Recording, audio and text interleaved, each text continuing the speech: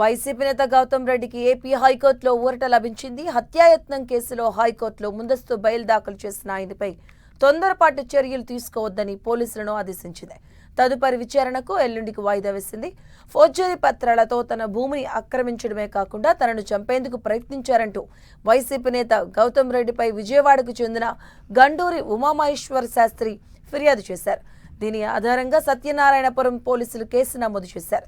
ఈ కేసులో తనకు ముందస్తు బెయిల్ మంజూరు చేయాలని కోరుతూ గౌతమ్ రెడ్డి హైకోర్టును ఆశ్రయించారు. దీనిపై విచారణ జరిపిన కోర్టు ఈ కేసులో దర్యాప్తునకు సహకరించాలని గౌతమ్ రెడ్డిని ఆదేశించింది.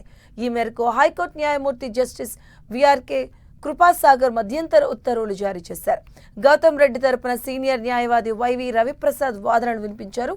భూమి సరిహద్దు విషయంలో పిటిషనర్ ఫిర్యాదుదారు మధ్య ఎప్పటి నుంచో వివాదం ఉందన్నారు. ఇక పిటిషనర్ డ్రైవర్ అతని అనుచరులు బెదిరించారని కేసులు పెట్టారన్నారు. ఇక ఘటన జరిగిన ఈ ప్రాంతంలో గౌతమ్ రెడ్డి లేరన్నారు. అసిస్టెంట్ పబ్లిక్ ప్రాసిక్యూటర్ కూడా వాదనలు వినిపించారు. ఈ పిటిషన్పై అడ్వకేట్ జనరల్ వాదనలు వినిపిస్తామన్నారు.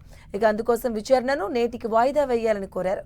ఇరువైపుల వాదనను పరిగణలోకి తీసుకున్న న్యాయమూర్తి విచారణను 21కి వాయిదా వేశారు.